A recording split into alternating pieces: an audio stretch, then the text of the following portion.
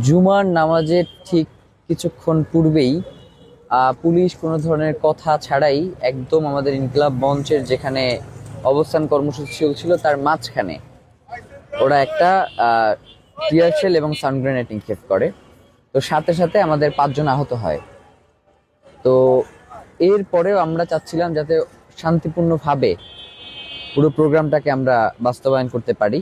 তা আমরা বসেছিলাম, বলতেছিলাম যে এরপরে যদি আপনারা কেউ কোনোভাবে আক্রমণ করেন তাহলে কিন্তু এই শান্তিপূর্ণ পরিস্থিতি রাখা সম্ভব হবে না। এবং আমি এটা পোস্টও দিয়েছিলাম ফেসবুকে যে আমাদের 5 জন ভাই আহত হয়েছে জুমার নামাজের আগে। তো আমরা মূলত ওইখানে আরেকটা প্রোগ্রাম চলছিল পে স্কেলের দাবিতে।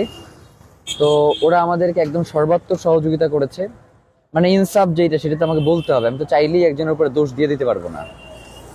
তো পে স্কেলের ওদেরকে যখন আমরা নিষেধ করছি যে আমাদের এখানে একটা প্রোগ্রাম চলতেছে, আপনারা প্লিজ ওই পাশ থেকে যান, ওরা মার খাচ্ছে পুলিশ ওদের প্রতি টিয়ার শেল মারতেছে, তারপর হচ্ছে সান গ্রেনেড মারতেছে, জলকামান মারতেছে, কিন্তু ওরা আমাদের প্রোগ্রামের কাছাকাছি আসতেছে না। ওরা একদম দূরের জায়গা থেকে ওরা হচ্ছে যাচ্ছে। পুলিশ ইচ্ছাকৃতভাবে, কোনো ধরনের ভুল না, ইচ্ছাকৃতভাবে ইনকিলাব মঞ্চের যে প্রোগ্রামটা চলতেছিল ইন্টারকন্ডিশনে তার ঠিক মধ্য বরাবরই মারলো। 5 জন আহত হলো, এরপরে আমরা উঠলাম না। শহীদ ওসমান হাদির স্ত্রী, উনি হচ্ছে ওই অফিসার্স কোয়ার্টারের ওই যে গেটটা যমুনার, ওই গেট দিয়ে ঢোকার জন্য চেষ্টা করতেছিলেন। তো সে তো একলা মহিলা মানুষ আর সে প্রচন্ড পর্দানশীল। তা আমরা জুমা এবং শান্তাকে ভিতরে প্রেরণের জন্য পাঠাইতেছিলাম। তো জুমা এবং শান্তাকে তারা কোনোভাবে ভিতরে যাইতে দিচ্ছিল না, বারবার গায়ের উপরে ধাক্কা দিচ্ছিল, গায়ে হাত দিচ্ছিল। তো আমরা বলতেছিলাম যে আপনারা দয়া করে নারীদের গায়ে কোনো হাত দিবেন না। এবং ভিতরে যে আমাদের 7 জন ছিল যমুনার সামনে, তাদেরকে আবার বের হতে দিচ্ছিল না। খুবই একটা, মানে ওদেরকে না বের হতে দিচ্ছে না ওদের কাছে কাউকে যেতে দিচ্ছে। তো এমন অবস্থায় আমরা বারবার করে আলটিমেটাম দিচ্ছিলাম যে 5 মিনিট পরে কিন্তু আমরা ঢুকে যাবো, 10 মিনিট পরে আমরা ঢুকে যাবো, কিন্তু ওরা কোনো কিছুতেই ভ্রুক্ষেপ করতেছিল না।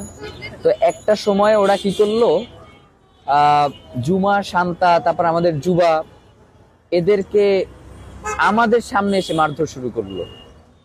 মানে ওদিক বসে ওদেরকে মারছে, কেউ দেখে নাই সেটা ঠিক, এদিকে এসে আমাদের সামনে বসে মারতেছে। এরপরে কি কোনোভাবে কাউকে নিয়ন্ত্রণ করা যায়? যখন দেখবেন যে আপনার বোনকে মারতেছে, আপনার ভাইকে মারতেছে পুলিশ আপনার চোখের সামনে, তখন কি আপনার কাছে 144 ধারা না 288 ধারা এটা দেখবার কোনো সুযোগ আছে?